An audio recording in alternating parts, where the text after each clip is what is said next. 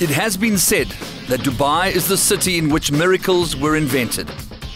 Perhaps not of the natural kind, but yes, in the space of the last 12 to 13 years, a city has risen out of the desert in the like of proportions hitherto unknown to mankind.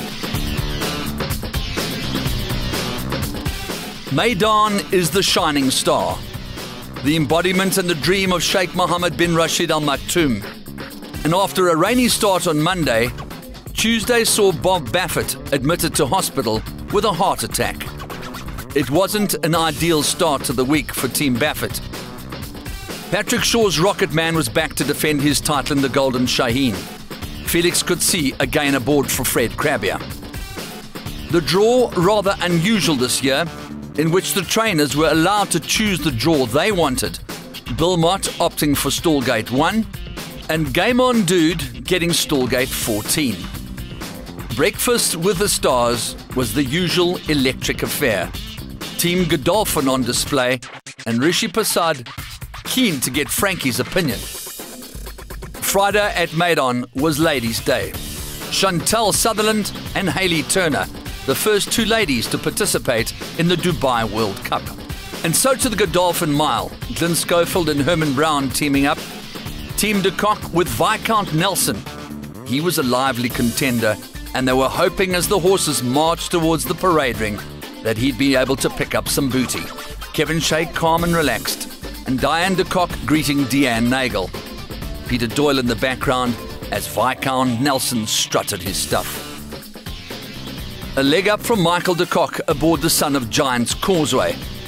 The red-hot favourite in the race, African Story, and Duck Scholar representing the Herman Brown Junior Yard.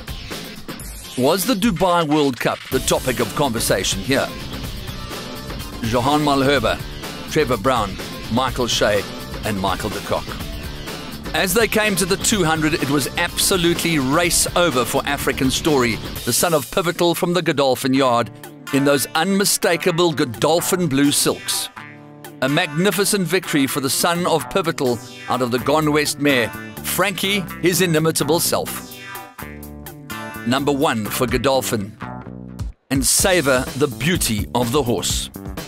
Mikhail Glinka from the Herman Brown Jr. stable was the first to leave the parade ring for a new race, the Godolphin Gold Cup. Michael de Kock had been very confident about opinion poll from the Godolphin Yard, but he expected Zanzibar, the son of Fort Wood, under Richard Hills, to run a mighty race. Nicky Bartlett from Danica Stud was optimistic for a good performance from Zanzibar. What happened next, we will not show you. Suffice to say, it was an absolutely tragic day for horse racing. Mike, have you ever seen anything like this happen? I haven't, no, but absolutely. Thank goodness for some quick thinking. Otherwise, it could have been an ugly accident. And looks like the jock's up, which is most important. When they went past the first turn, we had a feeling that something like this may happen, because I saw an outrider racing around the backside there, obviously to try and stop them, and the cars racing around on the inside to get them to stop. So we anticipated something like that will happen. But, you know, at the end of the day, safety's first. Looking ahead to the night, anything that stands out in your mind as far as your opportunities are concerned here on World Cup night? You know, it's one of those where we think they'll run well, but they may not be good enough to win it. Mutahadi and Mick Dum have got a bit of class about them, but whether they're good enough to win, again, remains to be seen. How about the big one? How about the Dubai World Cup? If you give me 5th place now, I'll take it. Not too much confidence there. I think very, very tough. I think there's 2 or 3 really, really good horses. He's only rated 115. He's in fact rated to run last almost. But he's pretty fit and well. He'll run well, but I just don't see him winning it. And so to the United Arab Emirates Derby. There is our hope. Mick Dam. Michael de Kock always believing that he'd have to step up to the plate in the face of the runners from Coolmore. This being one of them, Daddy Longlegs, a smashing-looking son of Scat Daddy. And guess who's come to the races this afternoon? Diego Maradona, currently training in the United Arab Emirates at the moment. Sheikh Mohammed bin Khalifa Al Maktoum and his advisors quietly hoping that Christophe Soumillon would make the right move on Mick Dam. Was it going to be a repeat performance of what had happened with Asiatic Boy a few years prior? he certainly looked the part, a beautiful-looking son of Dubawi, as Daddy Longlegs took up his position and Rote went to the post as the favourite. Falls of Laura, the filly, the Oaks winner. Gates open, they're racing in the UAE Derby, and Falls of Laura slow to begin, and McDarm didn't come out all that quickly. Helmet flew out of the machine and goes looking for the lead. Daddy Longlegs butt goes underneath him and will try and hold him deep going into the first turn. Rote behind the leading pair, looking for a gap. Red Duke comes to the outside, past the 300. Daddy Longlegs went to the front. His stable companion Rote comes after him. Yangtze Kayang's running on down the centre of the track. Daddy's in front. Rote trying to reach him. Yangtze coming at the pair. Yangtze Kayang after Daddy Longlegs, but Daddy Longlegs found more. He's in front and he's won the Derby. Daddy Longlegs beat Yangtze Kayang. Rote third, McDarm fourth, and then Red Duke, followed by Ballada's Sail and Lucky Chappie. A long break Barano, Kinglet, Falls of Laura, Helmet, Maritimer, Enfatada, and Gen 10 was last home in the UAE Derby of 2012. An absolutely delighted Aidan O'Brien, with David and Deanne Nagel in the background, as well as Tom Magnier, and a top-class ride by Colin O'Donoghue, who stepped up to the plate just when it was needed. Christophe Soumillon returning on McDarm, probably not the most fortuitous ride he's ever given a horse, but that's racing, and you take the rough with the smooth and you box on.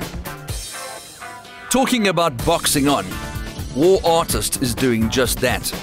As Terry Spargo told us in his pre-race interview, he's had more trainers than he's had hot meals.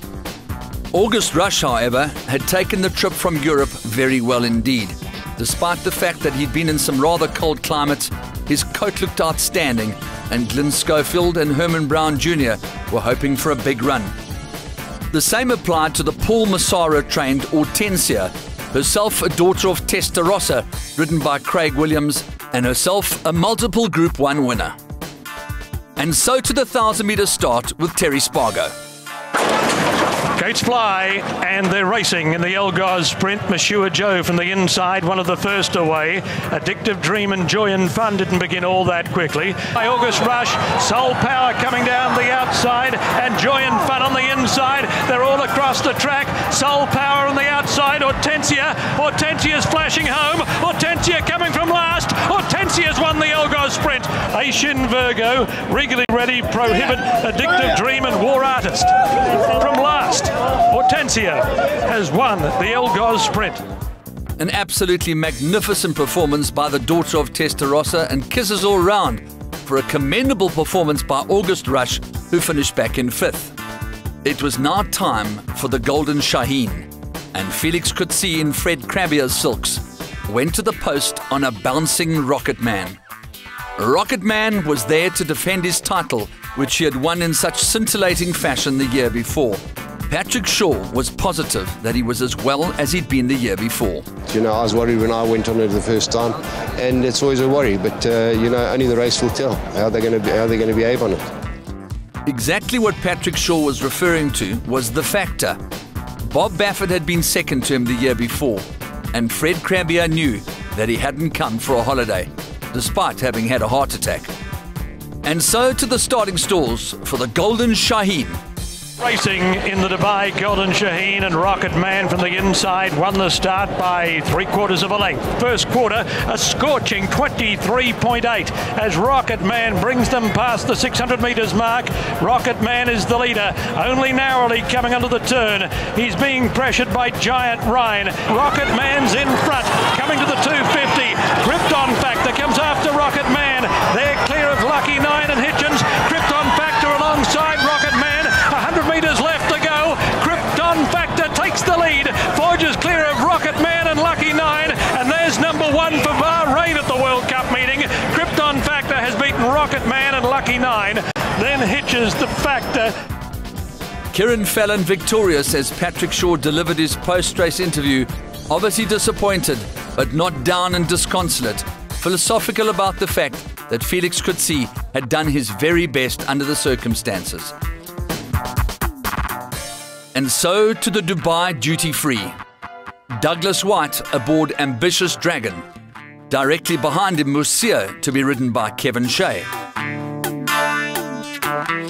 Out of the parade ring they go for their date with destiny. He looked very well, did Ambitious Dragon, and so too did the Governor Jeff Lloyd. He was aboard extension. Paul Lafferty chaffing the girls as always.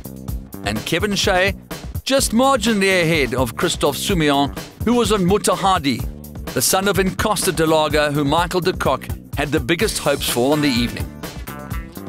Tony Millard and his daughter Dominic, Aidan O'Brien and his team, Herman Brown and his assistant, and Team de Kock. They're set. They're racing in the Dubai Duty Free, and Presvis came out very sluggishly. He's already 8 lengths behind the bulk of the field. Cityscape, one of the first away. Ambitious Dragon and Await the Dawn began well. But Cityscape had bounded away past the 300. He's 4 lengths in front of Musa. Ambitious Dragon, Mutahadi, City Style on the outside, but Cityscape is giving them something to catch past the 100 metres mark. Mutahadi's run to second. City Style is third, but Cityscape, a big winner. Cityscape wins the Dubai Duty Free from Mutahadi and City Style. An absolutely staggering performance by the 6-year-old son of Selkirk, Cityscape, in the hands of James Doyle, who'd stepped up to the plate in the absence of regular rider Steve Drown. Congratulations to trainer Roger Charlton and, of course, owner-breeder Khaled Abdullah. From a French lady to a French man, Christophe Soumillon taking his place in the lineup of the world's richest thoroughbred horse race. So too Chantal Sutherland, the First Lady. And Ahmed Ajdebi getting a friendly word of warning from Bob Baffert. Don't beat me, buddy. The horse who'd finished third in last year's World Cup was the son of Dubawi. His name, Monterosso, to be ridden by Mikhail Barcelona. Was it to be his day of glory as the horses took their place in the lineup at the 2,000-metre start? The next for action. Oh, Smart Falcon Towie, 1 or 2 others on the move. Gates Fly, they're racing in the Dubai World Cup. Master of Hounds on the inside, and So You Think began quickly. Royal Delta fast away. Transcend is hard-ridden. Capone on the outside, and then Zazu, Prince Bishop, and Monterosso, followed by Asian Flash. There's no room for squibs. Capone's moved up 3 deep. Out at the back, and Capone takes the lead. So You Think has the rail. Transcend in the middle. Game On Dude out wide, continuing to improve. Capone leads for home. There's room for So You Think on the rail. Monterosso third, and they broke away from Planteur. Monterosso goes up to Capone, 250 metres out. Monterosso takes the lead from Capone. Planteur's running on, but Monterosso's broken clear in the cup. 100 metres left to go. Monterosso driven out is clear of Capone. Planteur and So You Think. Mikhail does it again because Monterosso's won the cup. Monterosso has beaten Capone, Planteur and So You Think. Then Zazu, Asian Flash, Master of Hounds, Royal Delta, Prince Bishop, Smart Falcon, Mendip, Game On Dude, and Transcend came in last of all. Mikhail Barcelona, trademark salute, this time not on the line like the Epsom Derby, but 100 yards short of the line as Monterosso, third last year, leads out. A terrific victory for Mahmoud Al Zarouni and Sheikh Mohammed bin Rashid Al Maktoum, but particularly for Mahmoud Al Zarouni, who 2 years ago to the day had his first ever winner when Calming Influence won the Godolphin Mile, and now he's won one of the biggest prizes in the world. Sheikh Mohammed delighted, celebrating with John Ferguson. As I say, Mahmoud Al Zarouni, 2 years ago he hadn't trained a winner, now he's trained the winner of the biggest race in the world for the most important man in the country in which he resides.